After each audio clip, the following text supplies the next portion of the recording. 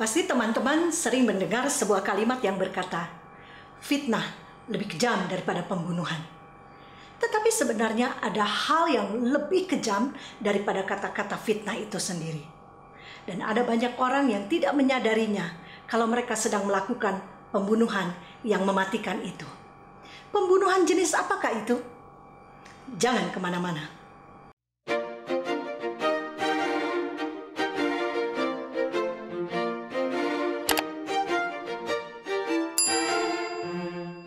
Hai teman-teman antusias, kembali lagi bersama saya, Ana Agustin, dalam channel yang menghadirkan tips-tips yang menarik, kesaksian hidup, dan cerita-cerita yang pastinya menginspirasi dan memberkati kita semua.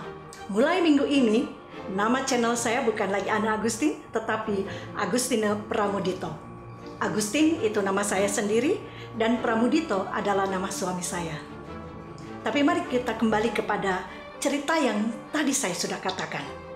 Pembunuhan seperti apakah yang sebenarnya sering dilakukan oleh orang-orang, dan celakanya ada banyak orang-orang Kristen yang juga melakukan dan tidak menyadarinya. Pembunuhan itu adalah pembunuhan karakter. Pembunuhan karakter itu sama dengan mematikan potensi seseorang. Jikalau seseorang sudah potensinya mati, maka dia sudah tidak punya gairah. Dia tidak punya lagi semangat untuk hidup. Artinya, orang itu sulit untuk mencapai keberhasilan, tidak bisa mencapai kesuksesan. Masa depannya suram, masa depannya sudah terhenti. Seperti yang firman Tuhan katakan di dalam Amsal pasal 17 ayat 22 katakan, hati yang gembira adalah obat yang manjur, tetapi semangat yang patah mengeringkan tulang. Artinya, ketika kita mengatakan kata-kata yang negatif, kata-kata yang membuat orang lain patah semangat, itu sudah pembunuhan karakter, perlahan-lahan tetapi pasti. Dan saya akan menceritakan sebuah cerita singkat yang sederhana yang pastinya akan menginspirasi, menguatkan, bahkan memotivasi teman-teman yang saat ini sedang bermasalah, memiliki tekanan-tekanan, atau dikelilingi oleh orang-orang yang selalu mengatakan kata-kata yang negatif, kata-kata yang sangat merusak suasana hati teman-teman. Bagaimana ceritanya? Pada suatu hari, ada sekelompok katak yang sedang melakukan perjalanan di hutan. Kelompok katak ini tadinya bergembira, sampai tiba-tiba ada 2 ekor katak masuk ke dalam satu lubang yang cukup dalam.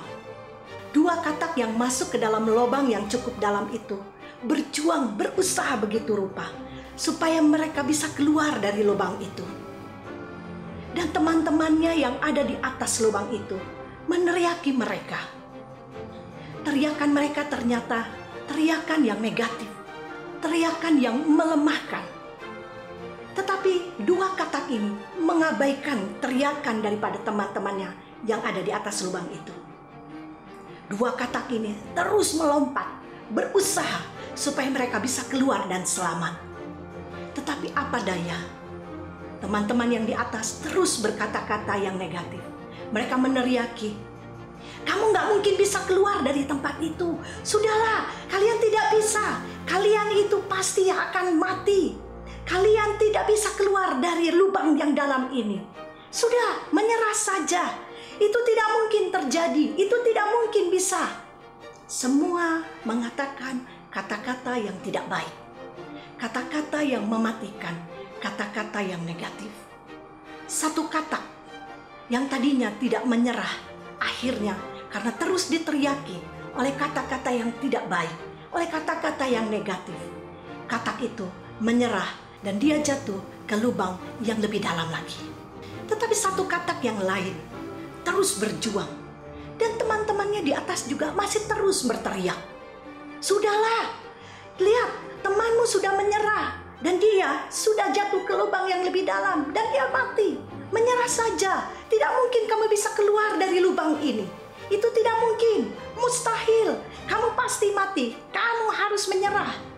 Seperti itu yang diteriakkan oleh teman-temannya di atas lubang.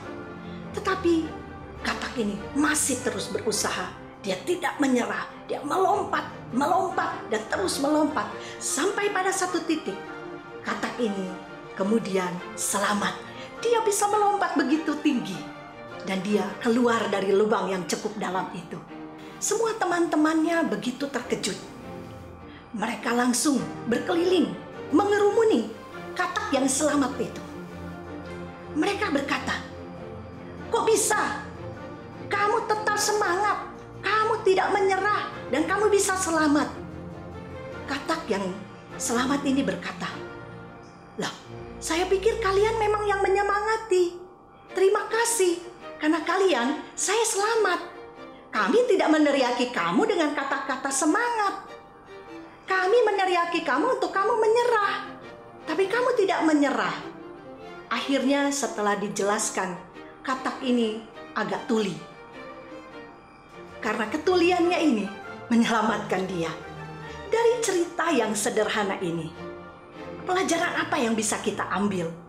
Yang pertama, setiap orang, apalagi anak-anak Tuhan, hamba-hamba Tuhan, kalau mau berkata-kata, pikir terlebih dahulu. Jangan kata-katamu melemahkan orang lain.